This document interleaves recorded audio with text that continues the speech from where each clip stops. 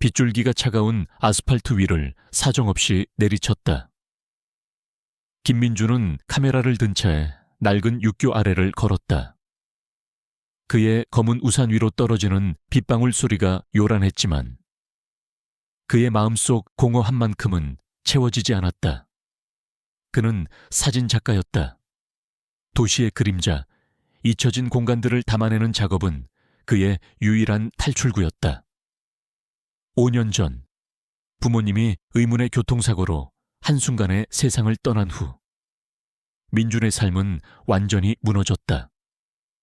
그는 부모님의 죽음이 단순한 사고가 아니라는 직감을 떨칠 수 없었지만 그 어떤 증거도 찾지 못했다. 죄책감과 슬픔은 그를 세상으로부터 고립시켰고 그는 스스로를 어둠 속에 가두었다. 그날 밤 민주는 잊혀진 도시라는 테마의 마지막 사진을 찍기 위해 버려진 공장지대 외곽을 헤매고 있었다.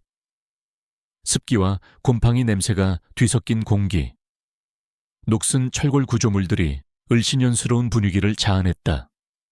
셔터를 누르는 그의 손끝은 차가웠지만 그의 눈빛은 날카롭게 주변을 탐색했다. 바로 그때였다. 어둠 속 육교의 가장 깊숙한 구석에서 희미한 움직임을 포착했다. 민주는 조심스럽게 다가갔다. 차가운 콘크리트 바닥에 웅크리고 있는 것은 털이 다 빠지고 뼈만 앙상하게 남은 하얀 사모예드 한 마리였다. 녀석은 빗물에 젖어 온몸을 떨고 있었고 가늘게 신음했다. 한때 윤기 나고 풍성했을 하얀 털은 빗물과 흙탕물에 엉겨붙어 누더기처럼 변해 있었다. 녀석의 눈빛은 깊은 절망과 고통으로 가득 차 있었다. 민주는 순간 숨을 멈췄다. 녀석의 눈동자 속에서 낯선 슬픔이 아닌 그의 내면에 깊숙이 자리한 자신과 똑같은 종류의 절망을 읽었다. 버려지고 잊혀진 존재. 민주는 자신을 보는 듯한 착각에 빠졌다. 그는 동물을 싫어하지 않았지만 그렇다고 특별히 좋아하는 것도 아니었다. 삶의 모든 의욕을 잃은 그에게는 다른 생명을 돌볼 여유가 없었다. 하지만 녀석의 눈빛은 민준의 굳게 닫힌 마음의 문을 두드렸다.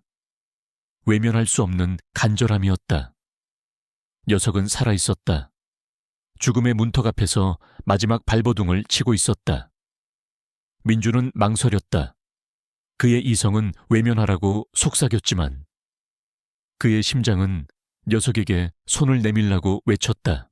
결국 민주는 우산을 내려놓고 조심스럽게 무릎을 꿇었다. 괜찮아. 내가 도와줄게. 그의 목소리는 빗소리에 묻혀 희미했지만 녀석은 그 소리를 들었는지 희미하게 꼬리를 흔들었다. 민주는 녀석의 몸을 조심스럽게 안아들었다. 뼈만 남은 몸은 너무나 가벼웠고 녀석의 천은 차갑게 식어 있었다. 하지만 녀석은 그의 품에 안기자 희미하게 기대는 듯했다. 민주는 녀석을 안고 가까운 24시 동물병원으로 향했다. 병원 문을 열자마자 소독약 냄새와 함께 따뜻한 공기가 그를 감쌌다. 밤늦은 시간이라 수의사는 한 명뿐이었다. 젊은 여수의사가 그들을 맞았다. 세상에 어쩌다 이렇게 된 거죠. 그녀의 목소리에는 걱정이 가득했다. 민주는 녀석의 사연을 대략적으로 설명했다. 수의사는 녀석의 상태를 살피며 진찰을 시작했다. 영양실조가 심하고 오랜 시간 방치되어 있었던 듯했다. 간신히 숨만 붙어있는 위중한 상태였다. 수의사는 민준을 걱정스러운 눈으로 바라보며 말했다. 치료가 쉽지 않을 겁니다. 상당한 시간과 비용이 들 거예요. 게다가 이 아이, 심한 외상 후 스트레스 장애를 겪고 있는 것 같아요. 사람에 대한 극도의 경계심과 불안 증세를 보입니다. 민주는 녀석의 떨리는 몸을 보았다. 그의 마음속에 알 수 없는 연민이 솟아올랐다. 그는 결심했다. 얼마가 들든 치료해 주세요. 이 아이를 살리고 싶습니다. 수의사는 민준의 단호한 눈빛을 보며 고개를 끄덕였다. 그녀는 최선을 다하겠다고 약속했다. 민준은 녀석에게 나비라는 이름을 지어주었다. 버려진 곳에서 다시 태어난 나비처럼. 녀석이 새로운 삶을 살기를 바라는 마음에서였다. 나비는 며칠 동안 죽음의 문턱을 헤맸지만 민준의 정성스러운 보살핌과 수의사의 노력 덕분에 기적처럼 조금씩 회복되기 시작했다. 녀석의 마른 몸에 살이 붙기 시작했고 눈빛에도 희미하게나마 생기가 돌았다. 하지만 여전히 나비는 사람에게 좀처럼 마음을 열지 않았다. 민준이 다가가려 하면 움츠러들었고 밤에는 알 수 없는 소리로 낑낑거렸다. 민준은 녀석이 겪었을 고통과 두려움을 짐작할 수 있었다. 민준은 매일같이 병원을 찾아 나비를 돌봤다. 그의 굳게 닫혔던 마음도 나비와 함께하는 시간 속에서 조금씩 열리는 듯했다. 그는 나비의 사진을 찍기 시작했다. 녀석의 상처받은 눈빛, 회복되어가는 모습, 그리고 가끔씩 드러나는 순수한 장난기까지. 렌즈를 통해 나비를 바라보는 순간 민준은 잊고 지냈던 사진에 대한 열정을 다시 느꼈다. 녀석은 그의 뮤즈이자 삶의 새로운 이유가 되어가고 있었다. 나비가 퇴원하고 민준의 집으로 온 첫날 밤 민준은 잠을 이룰 수 없었다. 나비는 불안한 듯 거실을 서성였다. 그리고 새벽녘 나비는 갑자기 거실 한쪽 벽을 빤히 바라보며 낮은 소리로 으르렁거렸다. 민준은 의아했지만 피곤함에 다시 잠을 청했다. 그러나 그 다음 날 밤에도 나비는 같은 행동을 반복했다. 민준의 집에서 가장 오래된 벽, 낡고 빛바랜 벽지 아래로 희미하게 금이가 있는 벽이었다. 나비는 그 벽을 향해 알 수 없는 소리로 낑낑거리고 때로는 앞발로 긁어대기까지 했다. 마치 벽 너머에 무언가 숨겨져 있는 것을 알고 있다는 듯이 민준은 나비의 행동이 단순한 불안 증세가 아님을 직감했다. 녀석은 특정 그림이나 소리에 반응하는 것이 아니라 오직 그 벽에만 집착했다. 혹시 나비가 이전에 겪었던 트라우마와 관련된 것일까? 민준은 나비가 벽을 바라보는 방향으로 카메라를 들었다. 그는 벽의 미세한 균열, 빛바랜 벽지, 그리고 그 너머의 어둠까지 꼼꼼하게 사진에 담았다. 그리고 그 순간 그의 등골이 오싹해졌다. 사진 속 벽의 균열들이 마치 어떤 형상을 이루는 듯했다. 그것은 낡은 창문, 혹은 굳게 닫힌 문처럼 보였다. 민준은 나비가 그 벽을 보며 이상한 소리를 낼 때마다 잠에서 깨어났다. 녀석의 낑낑거리는 소리는 점점 더 간절해졌고 때로는 마치 사람의 울음소리처럼 들리기도 했다. 민준은 나비의 행동이 단순한 개의 행동이 아님을 확신했다. 녀석은 무언가를 말하고 있었다. 벽 너머에 숨겨진 비밀을, 그리고 그 비밀이 자신과 연결되어 있을지도 모른다는 섬뜩한 예감이 들었다. 그의 부모님의 죽음과 관련된 잊혀진 과거의 그림자가 다시 그의 삶을 들이우는 듯했다. 그는 나비와 함께 그 벽의 비밀을 파헤치기로 결심했다. 그 벽이 그에게 어떤 진실을 알려줄지 민준은 알 수 없었다. 하지만 그는 더 이상 도망치지 않을 것이었다. 나비의 기이한 행동은 김민준의 일상에 잔잔한 파동을 일으켰다. 녀석은 매일 밤 같은 시간 거실의 낡은 벽을 향해 으르렁거리고 낑낑거렸다. 그 소리는 단순한 개의 울음소리가 아니었다. 마치 무언가를 간절히 호소하는 듯한 또는 억울함을 토해내는 듯한 절규처럼 들렸다. 민준은 밤잠을 설쳤고 그의 불안감은 점점 커져갔다. 그 벽 너머에 혹은 나비의 기억 속에 어떤 비밀이 숨겨져 있는 것일까? 민주는 나비가 그토록 집착하는 벽을 자세히 살피기 시작했다.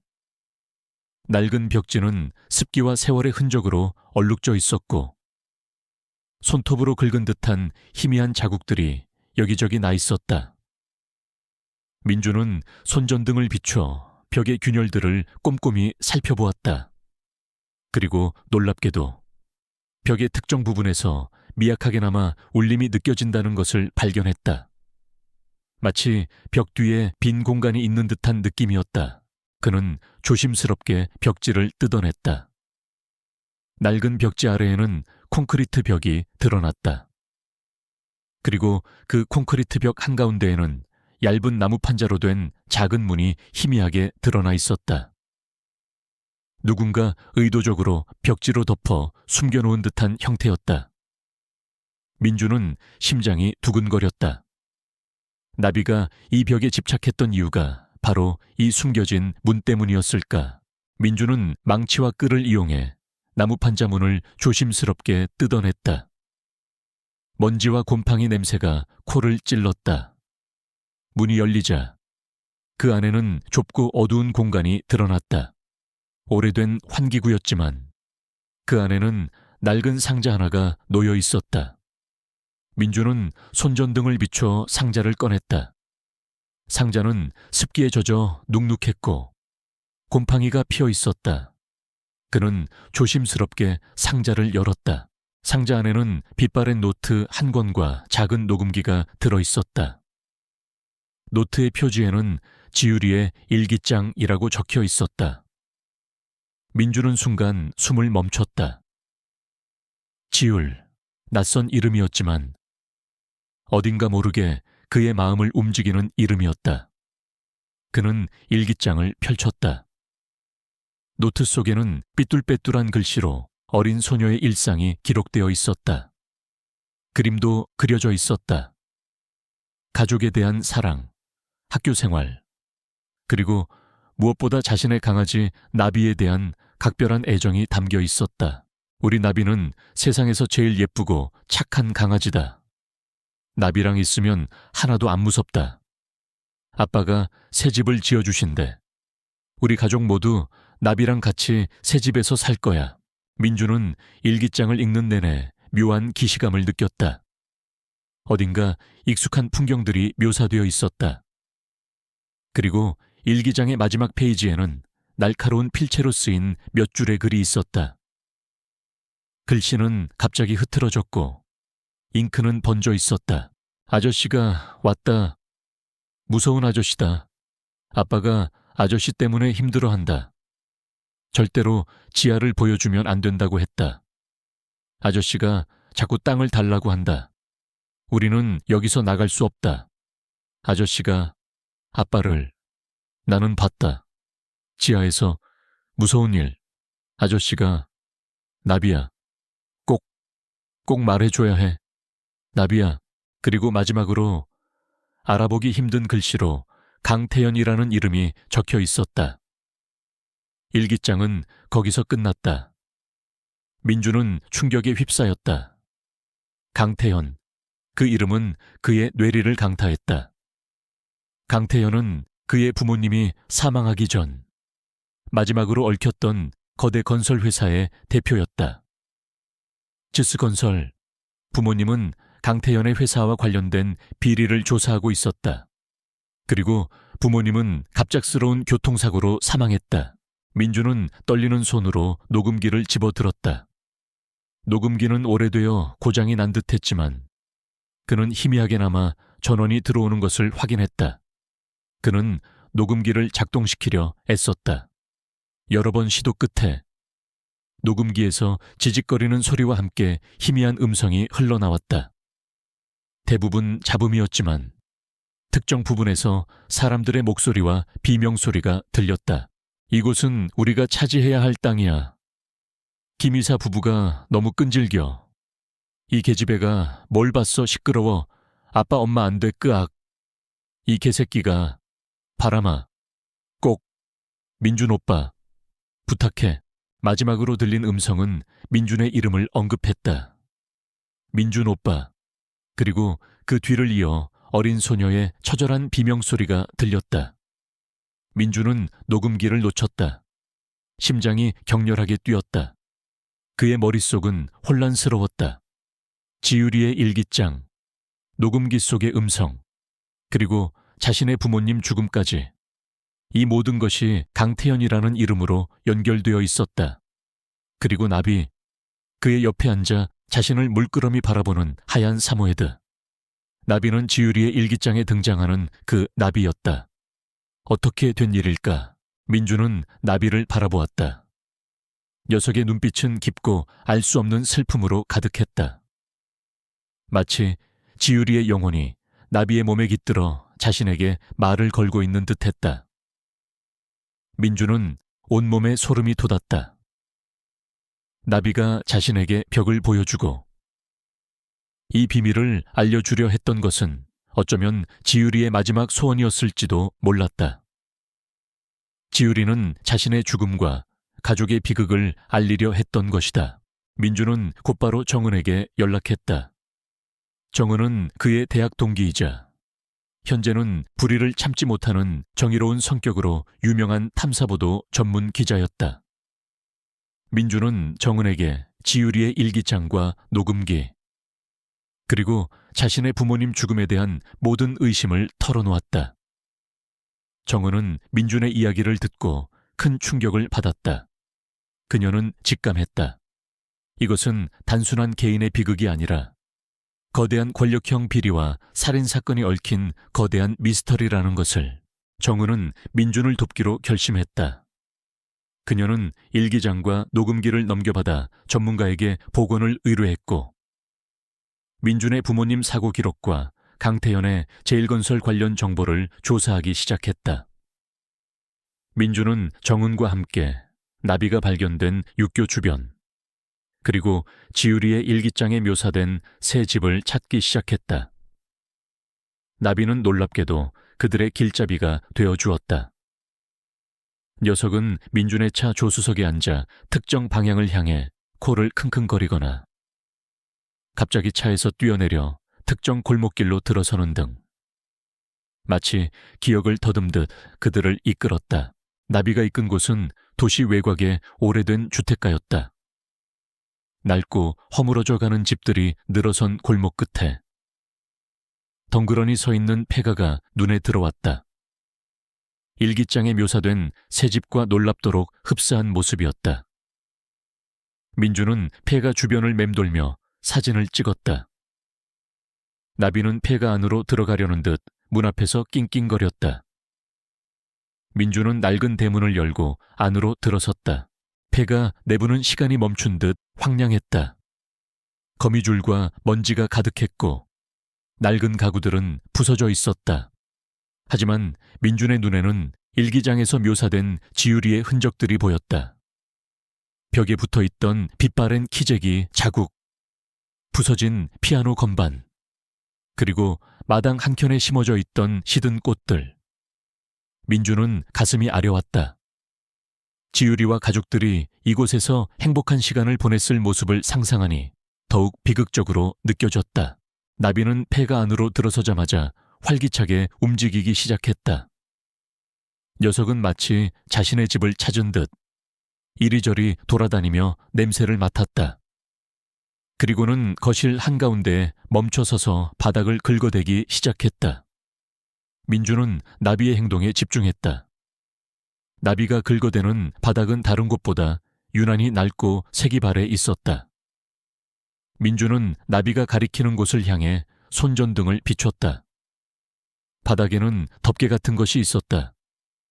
민주는 덮개를 들어올렸다. 그 아래에는 어두컴컴한 계단이 아래로 이어져 있었다. 지하실이었다. 일기장에 언급된 지하. 민준의 심장이 격렬하게 뛰었다. 이곳에 지유리와 가족의 비극적인 비밀이 숨겨져 있을 것이라고 직감했다. 나비는 지하실 입구를 향해 낑낑거렸다. 마치 민준에게 들어가라고 재촉하는 듯했다. 민준은 망설였다. 어둠 속에서 어떤 진실이 그를 기다리고 있을지 알 수 없었다. 하지만 그는 더 이상 외면할 수 없었다. 지유리의 마지막 소원, 그리고 부모님의 억울함을 풀기 위해서라도 그는 지하실로 내려가야 했다. 나비는 그의 옆에서 든든하게 그를 지켰다. 마치 지유리의 영혼이 그와 함께하고 있는 것처럼. 지하실로 향하는 계단은 어둡고 축축했다. 곰팡이 냄새와 함께할 수 없는 습한 공기가 민준의 코끝을 스쳤다. 나비는 민준의 앞을 조용히 걸었다. 녀석의 하얀 털은 어둠 속에서도 희미하게 빛나는 듯했다. 한 걸음 한 걸음 내려갈 때마다 심장은 더욱 격렬하게 뛰었다. 이곳에 지유리의 가족에게 닥친 비극의 실마리, 그리고 어쩌면 자신의 부모님 죽음의 진실까지 숨겨져 있을 것이라는 확신이 들었다. 지하실은 생각보다 넓었다. 사방이 흙벽으로 둘러싸여 있었고 한쪽에는 낡은 농기구들이 어지럽게 놓여 있었다. 민주는 손전등을 들고 조심스럽게 내부를 살폈다. 흙바닥은 울퉁불퉁했고 벽에는 거미줄이 가득했다. 나비는 민준의 곁을 떠나지 않고 지하실 구석구석을 냄새 맡으며 돌아다녔다. 녀석은 특정 흙벽 앞에서 멈춰 서더니 앞발로 그곳을 긁어대기 시작했다. 민준은 나비가 가리키는 곳으로 다가갔다. 그곳에는 흙벽과 이어진 듯한 나무문이 희미하게 드러나 있었다. 흙과 먼지로 뒤덮여 있었지만 분명히 문이었다. 민준은 나무문을 조심스럽게 열었다. 문 너머에는 더 깊고 어두운 공간이 나타났다. 마치 지하 통로 같았다.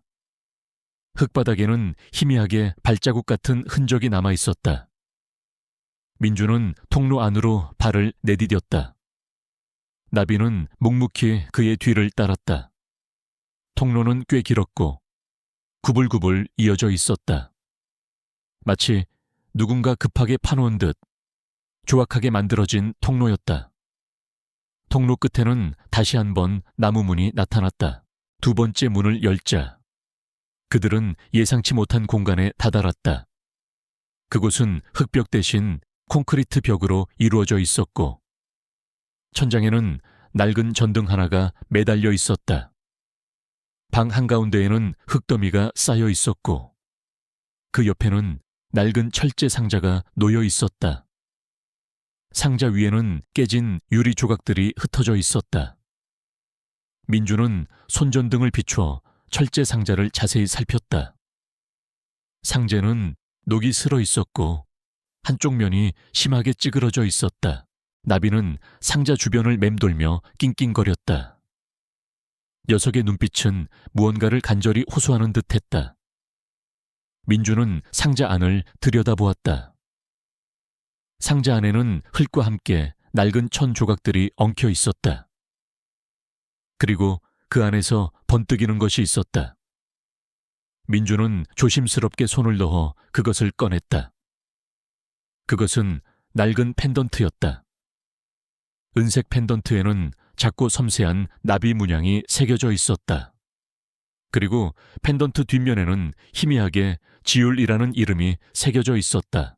민주는 지율이의 펜던트를 쥐고 심장이 쿵 하고 내려앉는 듯했다. 이것은 지율이의 것이었다. 일기장에 나비와 함께 행복했던 날들을 기록했던 그 소녀의 흔적이었다. 펜던트를 쥔 그의 손끝으로 알 수 없는 싸늘한 기운이 전해졌다. 그때 민준의 휴대폰이 울렸다. 정은이었다. 민준아 복원된 녹음 파일에서 충격적인 사실을 알아냈어. 정은의 목소리는 다급했다. 민준은 정은에게 펜던트를 찾았다는 사실과 함께 지하실에서 발견한 모든 것을 설명했다. 정은은 놀라움을 금치 못했다. 민준아, 그 펜던트 분명히 중요한 증거일 거야. 그리고 녹음 파일 분석 결과. 강태현의 목소리가 명확하게 녹음되어 있어 지유리의 비명소리도. 이건 명백한 살인이야. 정은은 흥분한 목소리로 말했다. 그녀는 강태현의 목소리 외에도 몇몇 익명의 목소리들이 함께 녹음되어 있었다는 사실도 알려주었다.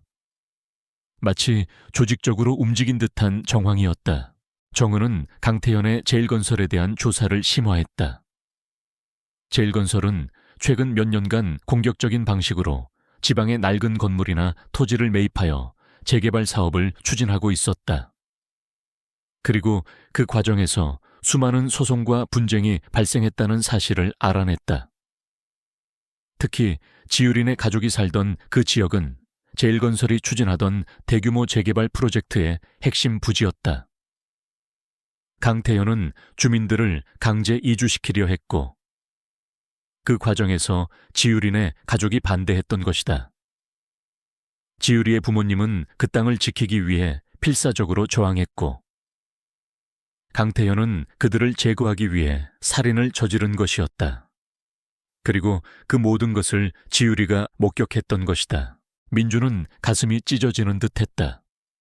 지유리는 자신의 눈앞에서 부모님의 죽음을 목격하고 강태현에게 쫓기다가 이 지하실에 숨어들어 펜던트와 일기장, 녹음기를 숨겼던 것이다. 그리고 마지막 순간 나비에게 모든 것을 부탁하고 죽음을 맞이했을 것이다. 나비는 지유리의 마지막 소원을 기억하고 민준에게 모든 것을 알려주려 했던 것이다. 나비는 단순한 개가 아니었다. 지유리의 영혼이 깃든 혹은 지유리의 마지막 사명을 이어받은 존재였다. 민준아, 강태현이 너희 부모님 사건에도 연루되어 있을 가능성이 높아. 너희 부모님이 조사하던 제일건설의 비리가 바로 이 재개발 사업과 관련되어 있었어. 강태현은 너희 부모님이 진실에 접근하자 제거하려고 했던 거야. 정은의 말에 민준의 머릿속 퍼즐 조각이 맞춰졌다. 부모님의 죽음은 단순한 사고가 아니었다. 강태현의 잔혹한 음모였다. 민준은 지하실에서 발견한 펜던트와 함께 더 많은 증거를 찾기 위해 철제 상자 주변의 흙더미를 파헤치기 시작했다. 나비는 민준의 옆에서 흙더미를 냄새 맡으며 낑낑거렸다. 그리고 어느 순간 나비는 흙더미 속에서 무언가를 발견한 듯 코를 박고 냄새를 맡았다. 민준은 나비가 가리키는 곳을 향해 손을 뻗었다. 그리고 그의 손에 잡힌 것은 낡고 녹슨 권총이었다. 권총은 오래되어 부식되어 있었지만 총알이 장전되어 있는 것을 확인했다. 민준은 섬뜩한 기운을 느꼈다. 지유린의 가족을 살해하는 데 사용된 흉기일지도 몰랐다. 그리고 그 옆에는 낡은 가족 사진이 흙에 파묻혀 있었다. 사진 속에는 환하게 웃고 있는 지유리와 부모님, 그리고 작은 나비가 함께 있었다. 그들은 행복해 보였다. 그 행복이 강태현의 탐욕 때문에 산산조각 났다는 사실에 민주는 치솟는 분노를 느꼈다. 민주는 정은에게 권총을 찾았다는 사실을 알렸다. 정은은 흥분했다. 권총이라니 민준아. 이건 결정적인 증거야. 이제 강태현은 빼도 박도 못할 거야. 그녀는 즉시 경찰에 신고하겠다고 했다. 하지만 민주는 정은을 말렸다. 안 돼. 정은아, 우리가 직접 강태현을 끌어내야 해. 그놈은 분명히 경찰까지 매수했을 거야. 우리가 증거를 찾았다는 것을 알면 바로 증거 인멸을 시도할 거야. 민준의 목소리에는 단호함이 묻어 있었다. 민준은 정은과 함께 강태현을 끌어내릴 치밀한 계획을 세우기 시작했다. 그들은 지하실에서 찾은 모든 증거물들을 안전한 곳에 보관하고 강태현이 가장 아끼는 재개발 프로젝트인 드림시티, 사업의 비리 증거를 파헤치기로 했다. 제일건설의 드림시티 프로젝트는 겉으로는 화려했지만 그 속에는 수많은 불법과 비리가 숨겨져 있을 것이라고 짐작했다. 나비는 민준과 정은의 곁을 묵묵히 지켰다. 녀석은 이제 민준의 가장 든든한 조력자가 되었다. 나비는 강태현의 이름이 나올 때마다 격렬하게 반응했고 드림시티 프로젝트 관련 자료를 볼 때면 특정 서류에 발을 올리거나 냄새를 맡으며 민준에게 힌트를 주었다. 마치 지유리의 영혼이 나비를 통해 민준을 돕는 듯 했다. 민준은 나비의 눈을 볼 때마다 지유리의 영혼이 자신에게 응원과 격려를 보내는 것을 느꼈다. 민준은 나비와 함께 강태현에게 복수하고 지유리와 부모님의 억울함을 밝히겠다고 다짐했다. 그는 더 이상 과거의 그림자에 갇힌 나약한 존재가 아니었다. 그의 눈빛은 강렬했고 그의 마음속에는 정의를 향한 뜨거운 불꽃이 타올랐다. 그는 알았다. 이 싸움은 자신과 강태현만의 싸움이 아니었다. 지유리의 영혼, 그리고 모든 억울하게 희생된 이들의 한을 풀기 위한 싸움이었다. 김민준의 삶은 강태현을 향한 복수와 진실 규명이라는 단 하나의 목표로 재편되었다. 지유리의 일기장과 녹음기, 지하실에서 발견된 권총과 펜던트, 그리고 무엇보다 나비가 보여준 기적 같은 증언은 그의 마음속에 꺼지지 않는 불꽃을 지폈다. 그는 더 이상 과거의 그림자에 갇힌 나약한 청년이 아니었다. 그의 눈빛은 날카로웠고 모든 행동에는 결의가 담겨 있었다. 정은은 민준의 가장 든든한 조력자였다. 그녀는 언론인으로서의 뛰어난 정보력과 통찰력으로 강태현의 비리 네트워크를 파헤치는데 결정적인 역할을 했다. 정은은 제일건설의 드림시티 프로젝트가 시작된 5년 전부터 지금까지의 모든 자금 흐름을 추적했다. 그녀는 강태현이 드림시티 프로젝트를 추진하기 위해 불법적인 로비와 자금 세탁을 일삼았다는 증거를 포착했다. 특히 지유린의 가족이 살던 폐가 주변의 토지가 시세보다 훨씬 낮은 가격에 제일건설로 넘어갔으며 그 과정에서 강태현이 폭력배들을 동원하여 주민들을 강제 이주시켰다는 증언까지 확보했다. 민준아, 강태현이 드림시티 프로젝트를 통해 얻으려 했던 이익은 상상을 초월해 수조 원대 규모의 프로젝트였어. 그 과정에서 지유린의 가족은 눈엣 가시였겠지. 그 땅은 드림시티 프로젝트의 핵심 부지 중 하나였거든. 정은은 노트북 화면을 보여주며 설명했다. 화면에는 복잡한 회사 구조도와 함께 강태현의 이름이 중심에 놓여 있었다. 민준은 치밀함에 치를 떨었다. 나비는 이 모든 과정에서 민준과 정은의 곁을 떠나지 않았다. 녀석은 이제 완전히 건강을 회복했고 그들의 대화를 이해하는 듯한 신비로운 모습을 보였다.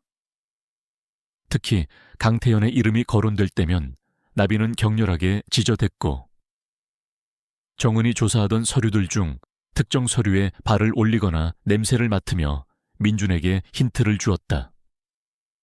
나비가 집중하는 서류들은 대부분 강태현의 드림시티 프로젝트 관련 비밀 계약서나 불법 자금 흐름을 보여주는 증거들이었다. 나비는 민준의 부모님이 마지막으로 조사했던 서류들이 무엇인지 정확히 알고 있는 듯했다. 나비야, 네가 지유리를 대신해서 우리를 돕고 있는 거지. 고마워. 정말 고마워. 민준은 나비의 머리를 쓰다듬으며 조용히 속삭였다. 나비는 민준의 손길에 만족한 듯 꼬리를 살랑였다. 정은은 강태현의 자금 세탁 경로를 추적하던 중 해외 페이퍼 컴퍼니와 연루된 수상한 자금 흐름을 발견했다. 그 중에는 그의 비자금이 흘러들어가는 비밀 계좌도 있었다. 그리고 그 계좌의 명의자는 뜻밖에도 강태현의 친동생이자 현재 제일건설의 재무 이사인 강인호였다. 강인호는 겉으로는 형에게 순종하는 듯 보였지만 사실은 제일건설의 모든 비자금 관리와 불법적인 거래를 총괄하는 실세였다. 강태현의 약점은 강인호야. 형제라도 돈 앞에서는 장사 없지. 강인호는 분명히 형에게 약점을 잡혀 있거나 아니면 자신도 모르는 사이에 이용당하고 있을 가능성이 있어. 정은은 강인호의 신상 정보를 민준에게 넘겼다. 민준은 강인호의 사무실 주변을 잠복하며 그의 일거수일투족을 감시하기 시작했다. 그는 강인호가 매주 화요일 밤 인적이 드문 외곽의 한 비밀 금고를 방문한다는 사실을 알아냈다. 그들은 강인호가 그 비밀 금고에서 강태현의 비자금 장부를 관리할 것이라고 짐작했다. 그 장부야말로 강태현의 모든 비리를 폭로할 결정적인 증거가 될 것이었다. 민준과 정은은 강인호의 비밀 금고 침투 작전을 세웠다. 나비는 이 작전에도 함께하기로 했다. 민준은 나비에게 훈련을 시켰다. 특정 소리에 반응하고 민준의 지시에 따라 특정 물건을 찾아내는 훈련이었다. 나비는 놀랍게도 훈련을 완벽하게 소화했다. 녀석의 영리함은 민준을 놀라게 했다. 작전 실행일. 화요일 밤, 도시는 깊은 잠에 빠져들었지만 민준의 심장은 격렬하게 뛰었다. 그는 어둠 속에 몸을 숨긴 채 강인호의 비밀 금고가 있는 건물 주변에 잠복했다. 정은은 차량에서 대기하며 주변 상황을 주시했다. 나비는 민준의 옆에 바싹 붙어 조용히 숨죽이고 있었다. 강인호는 약속된 시간인 밤 10시에 정확히 금고 건물에 도착했다. 그는 주변을 두리번거리며 조심스럽게 건물 안으로 들어섰다. 민준은 강인호가 완전히 건물 안으로 들어선 것을 확인한 후 재빨리 건물에 침투했다. 금고는 건물 지하에 있었다. 어두컴컴한 복도를 따라 내려가자 육중한 철문이 나타났다. 철문 앞에는 첨단 보안 장치가 설치되어 있었다. 민준은 보안 시스템을 해킹하기 위해 노트북을 꺼냈다. 하지만 예상보다 보안이 강력했다.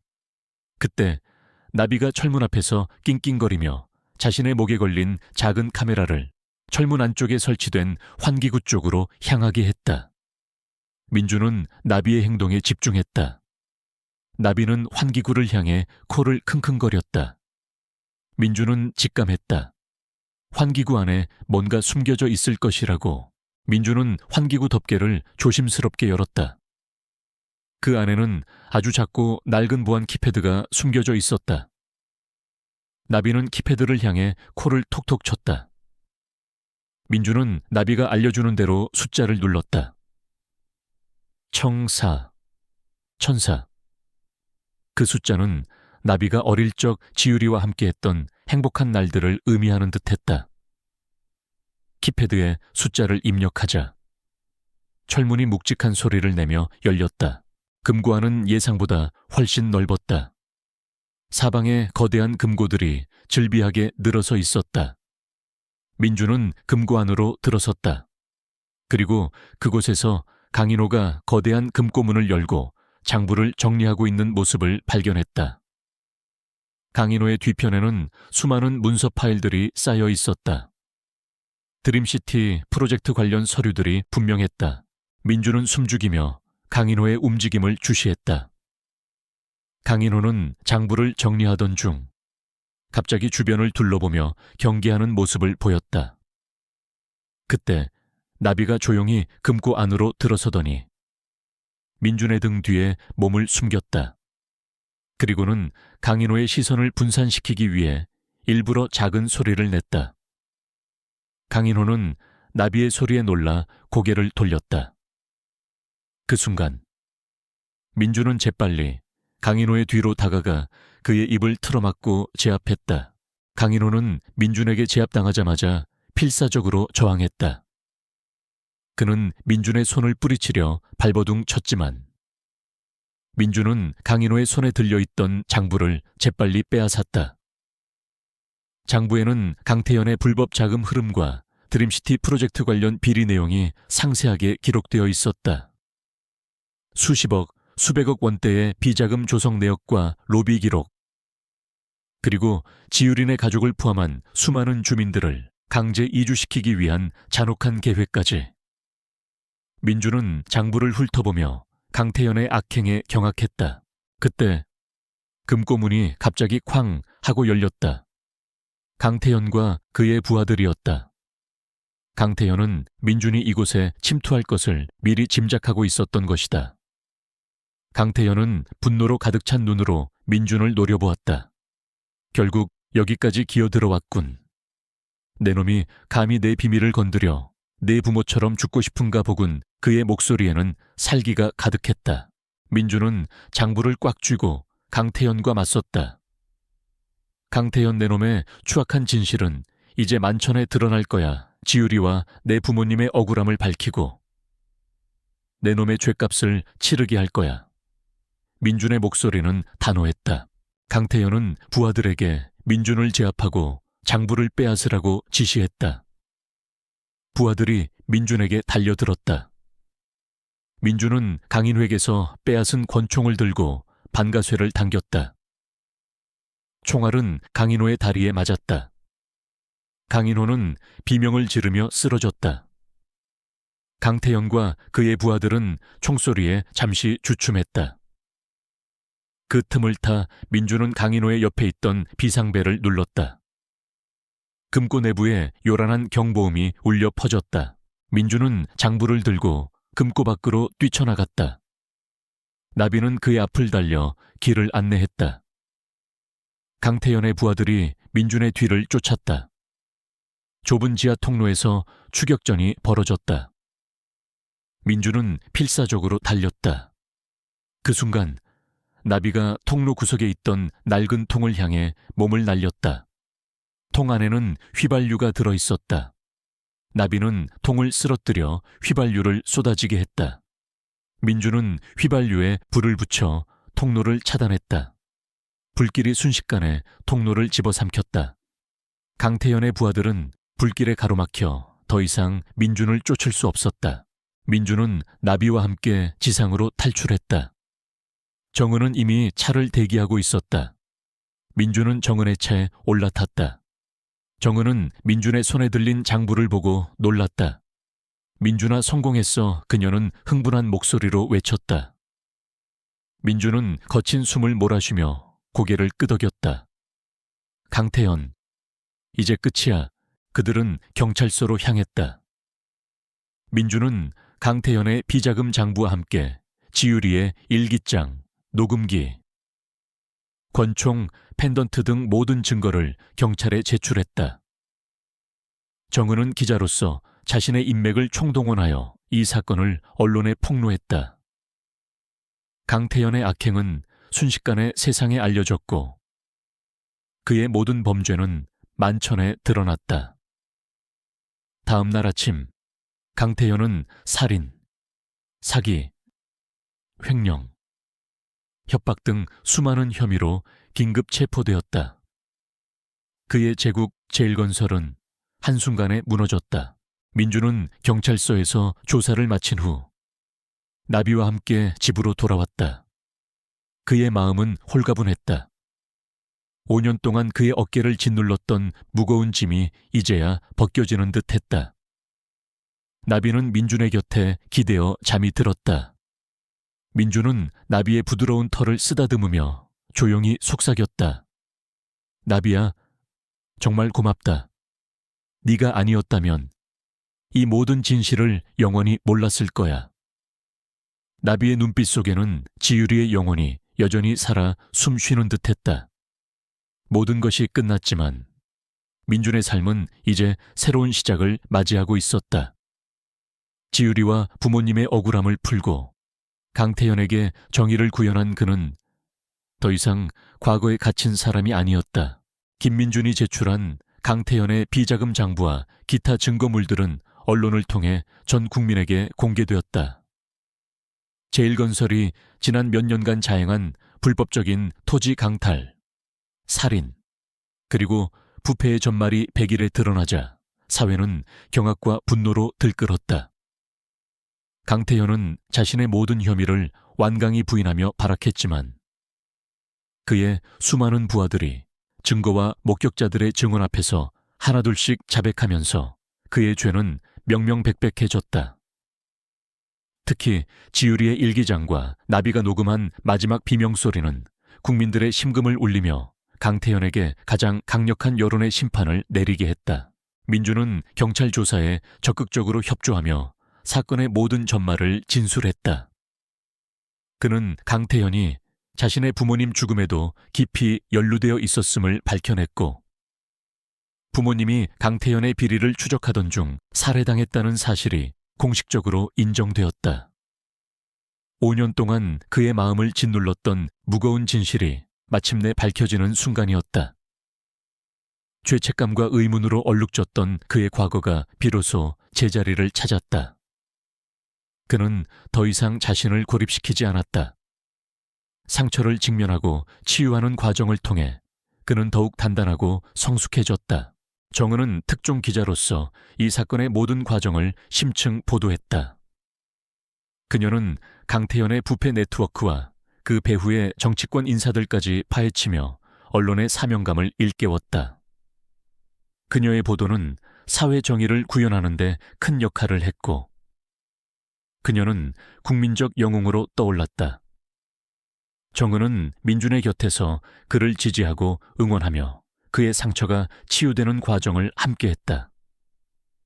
두 사람은 수많은 역경 속에서 서로에게 깊은 신뢰와 동지애를 느끼게 되었고, 그 감정은 서서히 사랑으로 발전하고 있었다. 나비는 이 모든 과정의 진정한 영웅이었다. 녀석은 단순한 개를 넘어선 존재였다.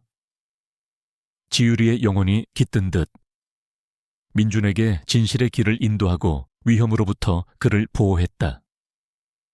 사건이 마무리된 후 나비는 민준의 곁을 그림자처럼 따랐다.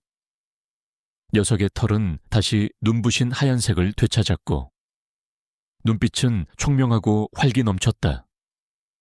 녀석은 이제 더 이상 버려진 개의 절망적인 눈빛을 하고 있지 않았다. 대신 평화와 만족감, 그리고 민준을 향한 깊은 사랑으로 가득 차 있었다. 민준은 나비에게 최고의 보살핌을 해주었다.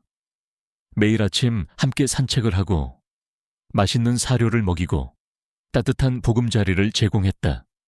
나비는 민준의 곁을 한시도 떠나지 않았다. 민준이 작업을 할 때면 그의 발치에 엎드려 조용히 지켜보았고, 잠을 잘 때면 그의 침대 옆에서 곤히 잠들었다. 나비는 민준의 가장 소중한 가족이자 지우의 빈자리를 채워주는 존재가 되었다. 민준은 나비를 보며 지유리의 영혼이 여전히 자신을 지켜주고 있다는 것을 느꼈다. 사건이 마무리되고 한 달 뒤 강태현에 대한 1차 재판이 열렸다. 민준은 증인으로 법정에 섰다. 강태현은 여전히 죄를 인정하지 않으며 광기 어린 눈으로 민준을 노려보았다. 하지만 민준은 흔들리지 않았다. 그는 담담하고 단호한 목소리로 지유리의 일기장 내용, 나비가 녹음한 음성 파일, 지하실에서 발견된 증거물, 그리고 자신의 부모님이 겪었던 비극까지 모든 것을 진술했다. 그의 진술은 법정의 모든 사람들에게 깊은 울림을 주었다. 재판이 진행되는 동안 나비는 법정 밖에서 민준을 기다렸다. 정은은 나비의 곁을 지키며 민준에게 힘을 실어주었다. 나비는 민준이 법정 안으로 들어설 때마다 낑낑거렸고, 그가 나올 때면 꼬리를 맹렬히 흔들며 방했다. 마치 법정 안의 모든 상황을 이해하고 있는 듯했다. 강태현은 결국 무기징역을 선고받았다. 그의 모든 재산은 몰수되었고 제1건설은 파산했다. 그의 이름은 영원히 역사의 가장 추악한 범죄자로 기록될 것이었다. 공의가 실현된 순간이었다. 민준은 법정을 나서며 깊은 안도감과 함께 알 수 없는 허탈감을 느꼈다. 5년 동안 그를 지탱했던 복수의 감정은 사라졌지만 그 자리에 깊은 상처와 함께 새로운 삶에 대한 막연한 기대감이 자리 잡았다. 민준은 이제 더 이상 과거의 그림자에 갇히지 않았다. 그는 사진작가로서 새로운 작품 활동을 시작했다. 그의 작품은 이전의 어둡고 고립된 분위기에서 벗어나 따뜻함과 희망, 그리고 생명력이 넘치는 모습으로 변화했다. 그는 나비의 활기찬 모습을 카메라에 담기도 하고 정은과의 소소한 일상을 사진으로 기록하기도 했다. 그의 사진은 사람들에게 치유와 위로를 주었다. 그의 전시는 연일 성황을 이루었고 그는 한국을 대표하는 사진작가로 성장했다. 민주는 정은과의 관계도 점차 깊어졌다. 그들은 함께 지유리의 가족을 기리는 추모 사업에 참여했고 유기동물 보호소를 찾아 봉사활동을 하는 등 사회에 긍정적인 영향을 미치기 위해 노력했다. 그들은 서로의 아픔을 보듬어주고 서로에게 힘이 되어주며 진정한 사랑을 키워나갔다. 정은은 민준의 상처를 이해하고 그를 있는 그대로 받아주었다. 민준은 정은의 따뜻한 마음과 강인함에 매료되었다. 그들은 비극적인 사건 속에서 만났지만 그만큼 더 견고하고 아름다운 사랑을 만들어가고 있었다. 어느 날 오후 민준은 정은 그리고 나비와 함께 강변으로 산책을 나갔다. 따뜻한 햇살이 강물 위로 부서져 내렸고 바람은 시원하게 불어왔다. 나비는 강가를 신나게 뛰어다니며 행복한 미소를 지었다. 정은은 그런 나비를 보며 환하게 웃었다. 민주는 정은의 웃음을 바라보며 가슴 한편이 따뜻해지는 것을 느꼈다. 그는 정은의 손을 잡았다. 그녀의 손은 따뜻하고 부드러웠다. 정은아, 정말 고마워. 너 덕분에 내가 다시 살아갈 용기를 얻었어. 정은은 민준의 손을 잡고 그의 눈을 바라보며 미소 지었다. 아니야, 민준 씨 덕분이야. 당신과 나비 덕분에 나도 잊고 살았던 중요한 가치들을 깨달았으니까. 그들의 눈빛이 마주쳤고 그 속에는 서로를 향한 깊은 신뢰와 사랑, 그리고 감사가 담겨 있었다. 그들은 더 이상 과거의 아픔에 갇히지 않았다. 그들의 삶은 나비의 기적 같은 이야기로 인해 완전히 변화했다. 민주는 나비를 바라보았다. 나비는 강물에 비친 자신의 모습을 보며 꼬리를 살랑이고 있었다. 녀석의 눈빛은 순수하고 활기 넘쳤다. 나비는 이제 단순한 개가 아니었다. 민준에게 삶의 의미를 되찾아주고 그를 새로운 미래로 이끌어준 영웅이었다. 지유리의 영혼은 나비를 통해 민준의 곁에 영원히 함께할 것이라고 민준은 믿었다. 민준의 부모님이 남긴 유산은 지유리 가족의 이름으로 설립된 장학재단에 기부되었다. 재단은 어려운 환경 속에서도 꿈을 포기하지 않는 학생들을 지원하며 지유리의 정신을 이어받아 사회에 긍정적인 영향을 미쳤다. 민준은 재단의 이사로 활동하며 자신의 예술적 재능을 기부하고 더 나은 세상을 만들기 위해 노력했다. 그의 삶은 이제 오로지 자신만을 위한 것이 아니었다. 그는 사랑하는 사람들과 함께, 그리고 나비와 지유리의 영혼과 함께 세상에 빛이 되는 삶을 살아가기로 결심했다. 어둠이 내리고 별들이 하나둘씩 밤하늘을 수놓았다. 민주는 정은, 나비와 함께 강변에 앉아 밤하늘을 올려다보았다. 수많은 별들이 반짝였다. 그 별들 중 어딘가에 지유리와 그의 부모님의 영혼이 평화롭게 잠들어 있을 것이라고 민주는 생각했다. 그의 삶은 비극으로 시작되었지만 나비의 마지막 포옹으로 시작된 기적 같은 이야기였다. 그리고 그 기적은 앞으로도 계속될 것이었다. 그들의 앞에는 밝은 미래가 펼쳐져 있었다. 강태현의 몰락은 사회 전체에 큰 파장을 일으켰다. 그의 비자금 장부와 횡령, 살인 혐의는 연일 뉴스 헤드라인을 장식했고 제일건설은 역사 속으로 사라졌다. 부패한 권력의 민낯이 드러나자 국민들은 분노했지만 동시에 정의가 살아있음을 확인하며 희망을 보았다. 김민주는 이 모든 진실을 밝히는데 결정적인 역할을 한 영웅으로 주목받았다. 그는 더 이상 과거에 갇힌 채 슬퍼하는 청년이 아니었다. 그의 눈빛은 강인하고 단호했다. 민주는 재판 과정을 통해 자신의 부모님 죽음의 진실이 명확하게 밝혀지자 비로소 마음속 깊이 자리했던 응어리를 풀 수 있었다. 부모님의 사고는 강태현의 잔혹한 음모였고 그들은 정의를 위해 싸우다 희생된 것이었다. 민주는 부모님에게 용서를 구했다. 너무 늦게 진실을 알게 되어 미안하다고. 이제야 부모님의 억울함을 풀어드릴 수 있게 되어 다행이라고. 그는 부모님의 납골당을 찾아 길게 울었다. 그의 눈물은 슬픔이 아닌 해방과 치유의 눈물이었다. 정은은 민준의 곁에서 묵묵히 그를 지지했다. 그녀는 특종 기자로서 강태현 사건의 모든 것을 파헤쳤지만 동시에 민준의 아픔을 가장 가까이에서 나누는 사람이었다. 그녀는 민준의 힘든 시간을 함께하며 그를 이해하고 보듬어 주었다.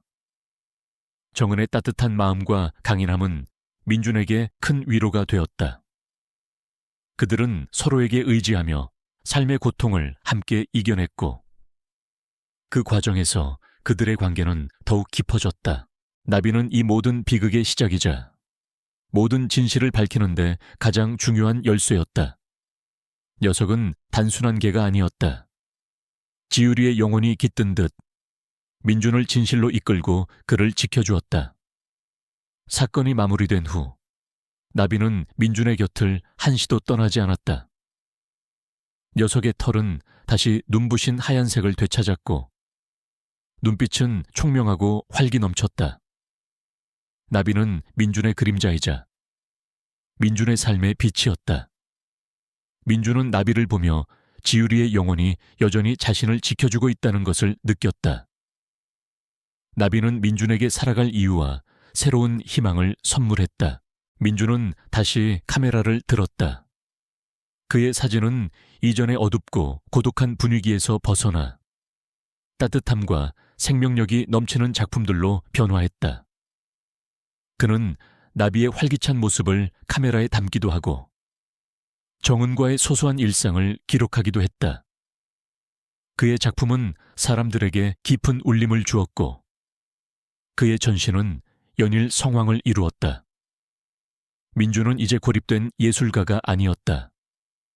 그는 자신의 아픔을 예술로 승화시키고 세상에 희망과 위로를 전하는 사진작가로 거듭났다. 그의 작품은 나비의 기적이라는 이름으로 불리며 많은 이들에게 감동을 주었다. 민준과 정은은 사회 정의를 위한 활동에도 적극적으로 참여했다. 그들은 유기동물 보호소에 정기적으로 방문하여 봉사활동을 했고 민준은 자신의 작품을 판매한 수익금의 일부를 유기동물 보호단체에 기부했다. 그들은 지유리의 이름으로 장학재단을 설립하여 어려운 환경 속에서도 꿈을 포기하지 않는 학생들을 지원했다. 지유리의 희생이 헛되지 않도록 더 나은 세상을 만드는 데 기여하고 싶다는 그들의 소망이었다. 어느 날 오후 민준은 나비와 함께 지유리의 폐가를 다시 찾았다. 낡은 집은 여전히 그 자리에 있었지만 더 이상 음산하게 느껴지지 않았다. 민준은 폐가 곳곳을 둘러보았다. 지하실에서 발견된 권총과 펜던트는 모두 수거되었고 비밀 통로도 봉쇄되었다. 폐가는 이제 지유리 가족의 비극을 기억하는 공간이자 민준의 새로운 시작을 알리는 상징적인 장소가 되었다.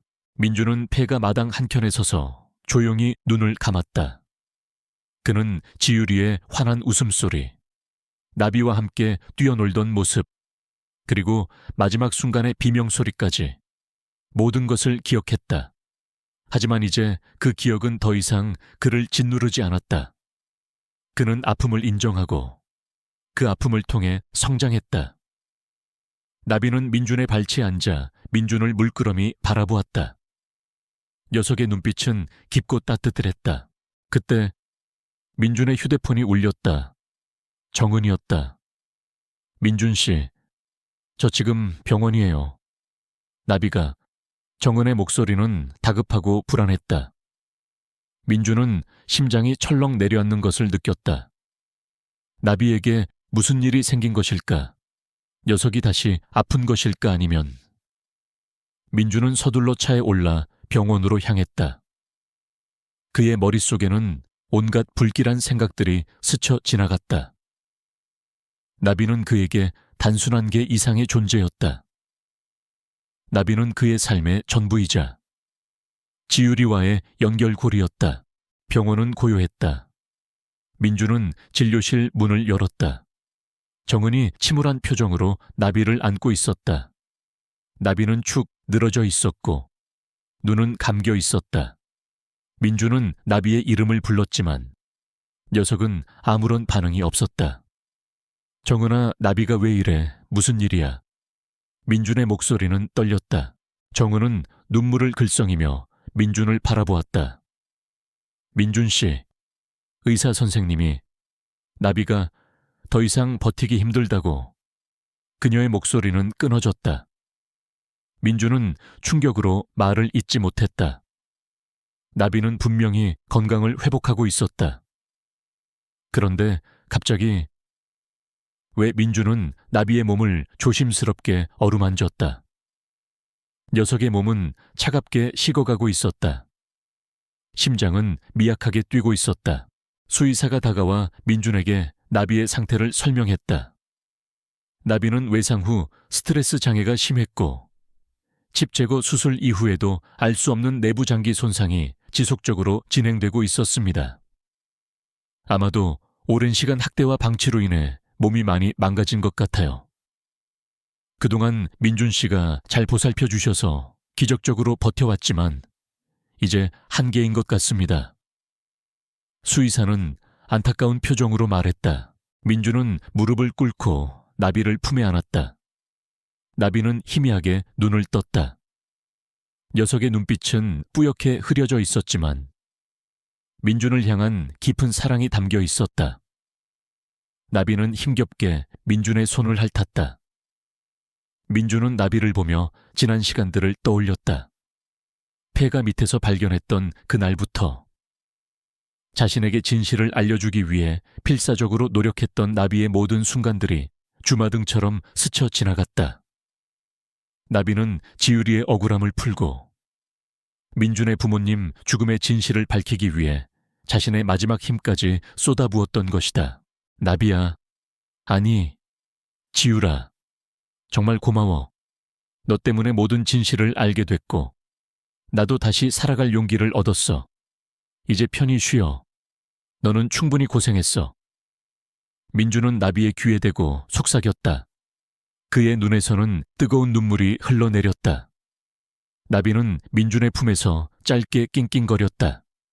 마치 민준에게 마지막 인사를 건네는 듯했다. 그리고 나비는 눈을 감았다. 녀석의 몸에서 서서히 온기가 사라졌다. 민준은 나비의 싸늘해진 몸을 품에 안고 오랫동안 흐느꼈다. 정은은 민준의 옆에서 함께 울어주었다. 지유리의 영혼이 나비를 통해 세상에 나왔고 자신의 사명을 다한 후 다시 하늘로 돌아간 듯했다. 슬펐지만 동시에 평화로웠다. 나비는 마지막 순간까지 민준에게 가장 큰 선물을 주었다. 그것은 바로 진실과 치유, 그리고 새로운 삶이었다. 민준은 나비를 자신의 집 마당 한켠에 직접 묻어주었다. 나비가 가장 좋아했던 햇살이 잘 드는 곳이었다. 그는 나비의 무덤 위에 작은 비석을 세우고 나비, 나의 영웅이라고 새겼다. 이제 나비는 육신의 고통에서 벗어나 자유롭게 날아다니는 나비처럼 하늘에서 지유리와 함께 영원히 행복할 것이라고 민준은 믿었다. 나비가 떠난 후에도 민준의 삶은 계속되었다. 그는 여전히 사진을 찍고 사회 정의를 위한 활동에 참여했으며 정은과의 사랑을 키워나갔다. 하지만 나비의 빈자리는 영원히 그의 마음속에 남아있을 것이었다. 나비는 그에게 단순한 반려동물이 아니었다. 그의 삶을 완전히 뒤바꾼 기적 같은 존재였다. 민준은 나비와의 추억을 영원히 간직할 것이었다. 그리고 그 추억은 그에게 살아갈 힘과 용기를 주었다. 나비가 떠난 후에도 김민준의 삶은 계속되었다. 녀석의 빈자리는 그의 마음속에 영원히 지워지지 않는 그리움으로 남았지만 동시에 나비가 남긴 위대한 유산은 그의 삶을 더욱 풍요롭게 만들었다. 나비는 민준에게 진실을 선물했고 상처받은 그의 영혼을 치유했으며 새로운 사랑과 삶의 의미를 일깨워 주었다. 민주는 다시 작업실로 돌아갔다. 그의 손끝은 여전히 섬세했지만 이제 그의 작품에는 이전에는 없던 깊은 감동과 희망이 담겨 있었다. 그는 나비를 추모하며 여러 점의 조각상과 사진 작품을 만들었다. 나비의 영리하고 활기 넘치던 모습, 그리고 마지막 순간에 평화로운 얼굴을 담아냈다. 그의 작품들은 나비의 용기와 희생, 그리고 지유리의 억울함을 세상에 알리는 매개체가 되었다. 사람들은 그의 작품을 통해 진정한 예술의 힘과 생명의 소중함을 다시금 깨달았다.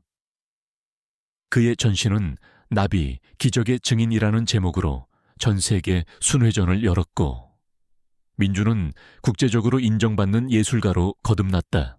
정은은 민준의 가장 든든한 동반자이자 사랑하는 사람이 되었다. 나비가 떠난 후에도 그녀는 민준의 곁을 묵묵히 지켰다. 그녀는 민준의 슬픔을 함께 나누고 그의 아픔을 보듬어주며 그에게 힘이 되어주었다. 민준은 정은의 따뜻한 마음과 강인함에 깊이 감동했다. 그들은 함께 지옥 같은 시간을 이겨내며 서로에게 없어서는 안 될 존재가 되었다. 그들의 사랑은 비극 속에서 피어났지만 어떤 시련도 견딜 수 있는 단단하고 진실한 사랑이었다. 민준과 정은은 사회 정의를 위한 활동에 더욱 적극적으로 참여했다. 그들은 나비의 이름으로 나비 재단을 설립했다. 이 재단은 유기동물 구조 및 치료, 입양 지원뿐만 아니라 사회적 약자의 인권을 보호하고 불의에 맞서 싸우는 이들을 지원하는 데 주력했다. 민주는 재단의 이사장으로서 자신의 명성과 재능을 기부했고 정은은 언론인으로서 재단의 활동을 세상에 알리는 데 힘썼다. 나비 재단은 짧은 시간 안에 사회에 큰 영향력을 미쳤고 수많은 생명과 사람들에게 새로운 희망을 안겨주었다. 지유리의 순수했던 영혼과 민준의 부모님의 숭고한 정신이 나비 재단을 통해 영원히 살아 숨 쉬는 듯했다. 어느 맑은 봄날, 민준과 정은은 나비가 잠들어 있는 마당 한켠을 찾았다. 나비의 무덤 위에는 민준이 직접 조각한 작은 나비 석상이 놓여 있었고 주변에는 정은이 심은 꽃들이 만개해 있었다. 따뜻한 햇살이 비석 위로 쏟아져 내렸고 바람은 살랑이며 꽃잎을 흔들었다. 민준은 나비 석상을 쓰다듬으며 조용히 속삭였다.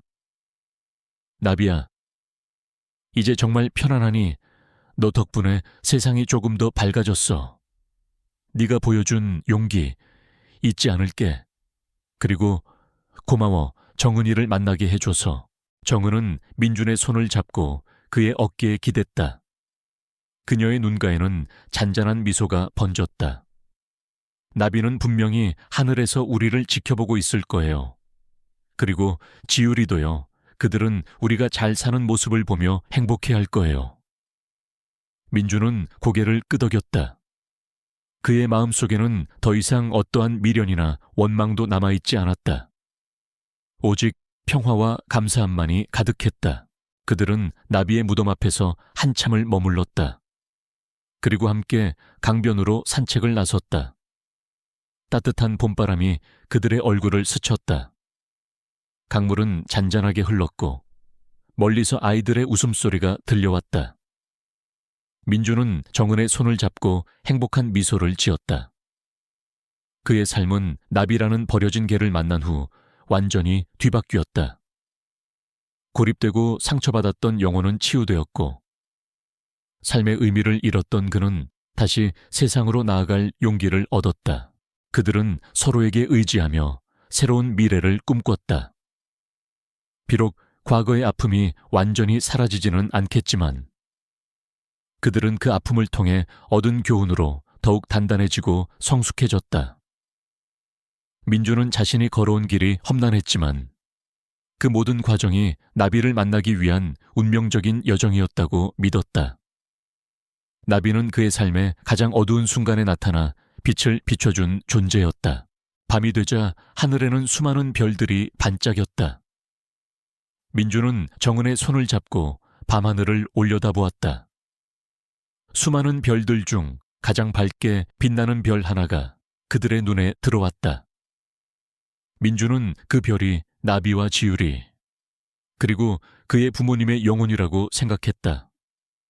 그들은 하늘에서 민준과 정은의 행복을 빌어주고 있을 것이었다. 민준 씨, 우리 이제 시작이에요. 함께 더 많은 행복을 만들어가요. 정은이 민준의 손을 꽉 잡으며 말했다. 민준은 정은의 말에 고개를 끄덕였다. 그의 얼굴에는 잔잔한 미소가 번졌다. 그의 삶은 더 이상 과거의 비극에 갇혀있지 않았다. 사랑하는 사람과 함께, 그리고 나비가 남긴 아름다운 유산과 함께 그는 새로운 삶을 향해 힘찬 발걸음을 내디뎠다. 버려진 불쌍한 개를 구했더니 그의 인생이 완전히 달라진 것처럼 앞으로도 그의 삶에는 기적 같은 일들이 계속될 것이었다.